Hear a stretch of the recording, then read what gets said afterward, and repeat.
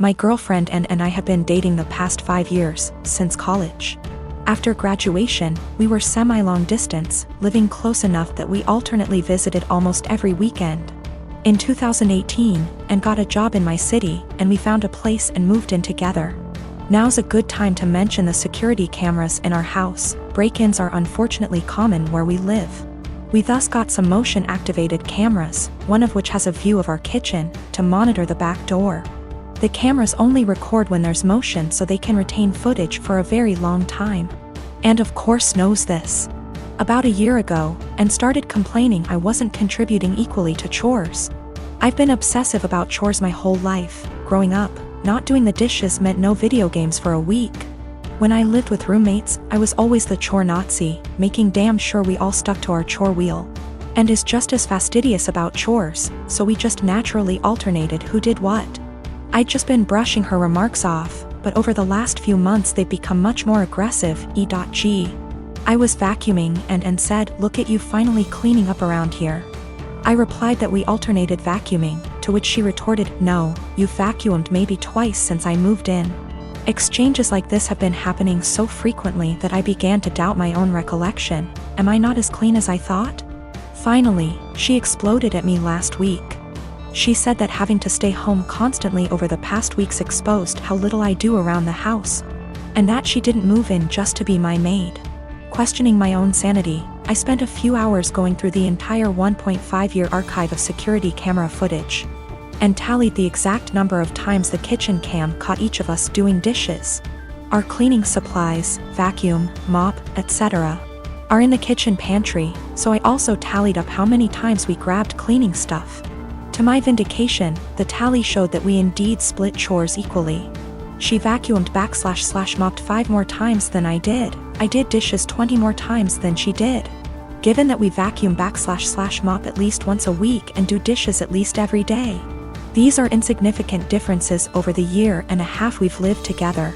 When I confronted Anne, she shrugged off her behavior as remembering things differently, but the real sin here was what I did, which she called an unforgivable violation of her privacy, akin to abusive stalking. She has broken up with me and is trying to move out, although obviously this is difficult due to current circumstances. I'm totally heartbroken, and was the love of my life, and I can't believe she destroyed our relationship like this. To make matters worse, she told many of our friends, who are mostly siding with her. They've been texting me that what I did was creepy, abusive, controlling, invasive, etc. I'm at a loss. I'm beginning to think I'm the one who's off base here. I grow indoor plants and keep them around the house, whether by the kitchen window or out on the front porch. I have a variety of plants like lily, aloe vera, also flowers, and they all require care and attention. It's a hobby of mine, and because I don't own enough space I just stick to indoor planting. I have a 16-year-old stepson Sean who loves to pull all kinds of pranks and has been trying some weird pranks on me lately. I don't mind it as long as he's happy, and also because nothing is too serious, just hiding my farming tools / replacing them with damaged ones and so on.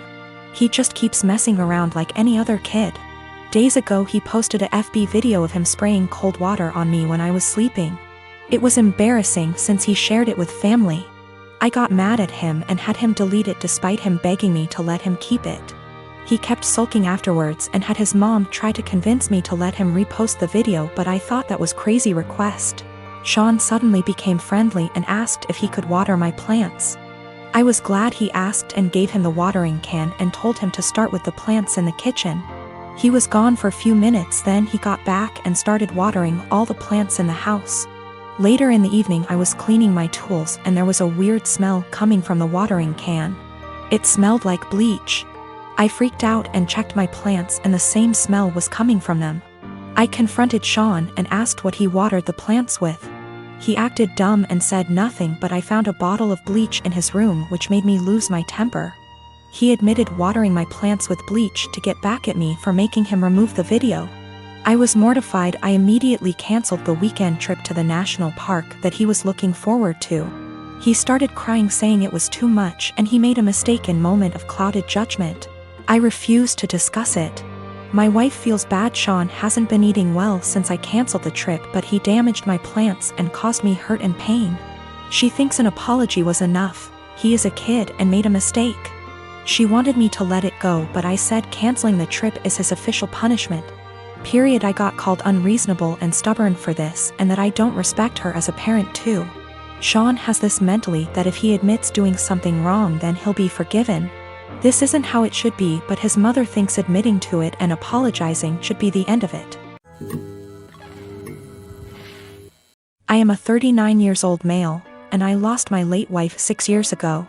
I have a 16-year-old son, Daniel, and I recently got engaged to my fiancé of 2 years. Her mom and I aren't on good terms because of how she behaves. She's a controlling, self-centered, Dolly Parton wannabe.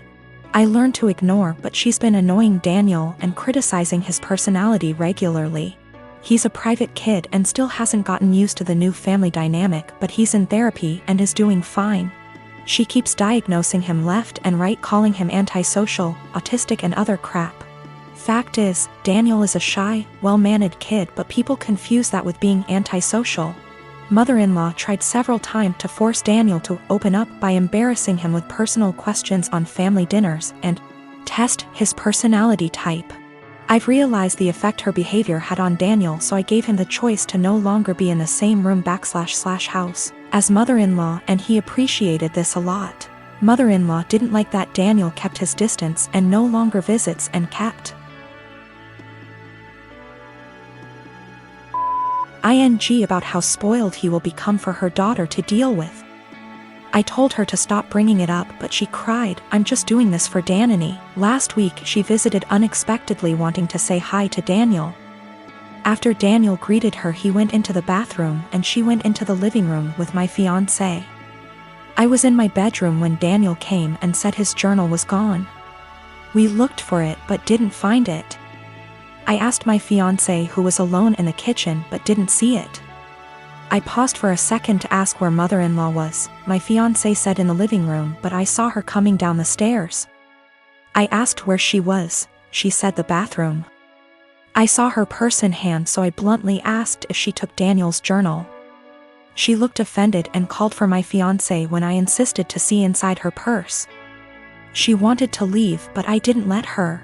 Fiancé told me to stop it, but I insisted, and the journal was there. Mother-in-law tried to explain this was her only chance to get to know Daniel better because she cares about him. I blew up at her and berated her for stealing from my son and told her she's banned from my house for the stunt she pulled. She argued with me, then left. My fiancé apologized for her but said banning her from the house was over the top. It backlashed and father-in-law argued and hoped his daughter realizes how I am and call off the wedding for refusing to apologize to Mil.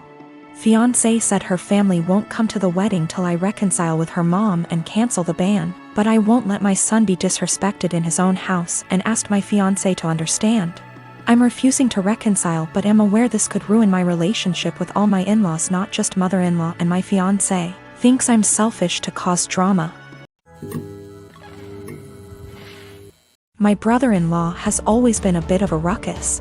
Just a very jolly guy, used to be a hard-partied when I first knew him, but not so much now. I mean, he still likes to drink and he smokes weed, but nothing compared to how he used to be. He stays in the basement apartment, which is a full apartment, separate from ours, with a kitchen and bathroom etc. In our house ever since he lost his apartment. He has never really been able to keep a good job, no college education, and also ADHD.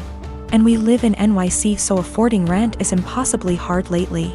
This was supposed to be a temporary thing for him, out of desperation because he lost his apartment.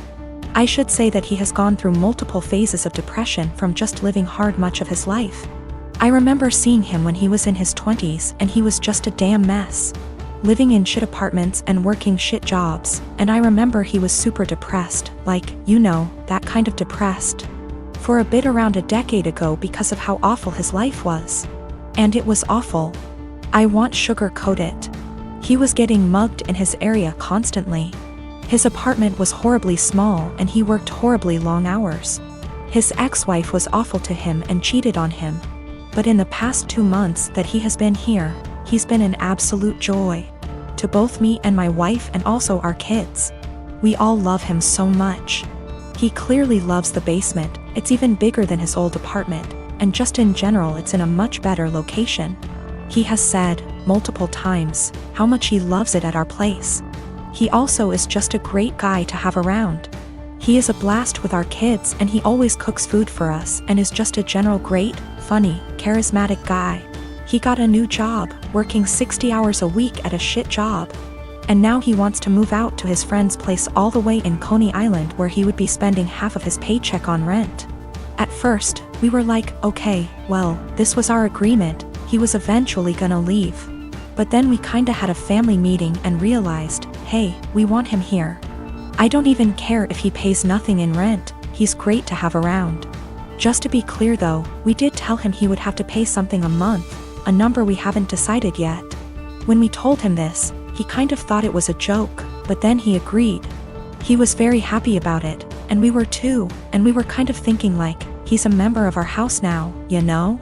But then he changed his mind suddenly, and was saying how he doesn't want to be a freeloader and that he thinks we are just allowing him to stay because we feel bad for him.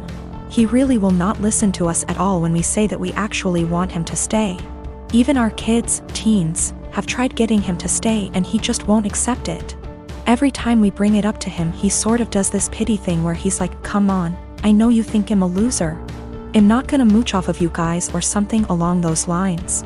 It's been around 2 weeks, and he just kind of feels bad about it. It is absolutely a pride thing for him. He technically plans on moving out in the next few weeks, but we really want him to stay. And we know that he would love to stay. I feel like there is really no chance this is some kind of deep down he hates it here kind of situation. This is 100% a pride thing for him.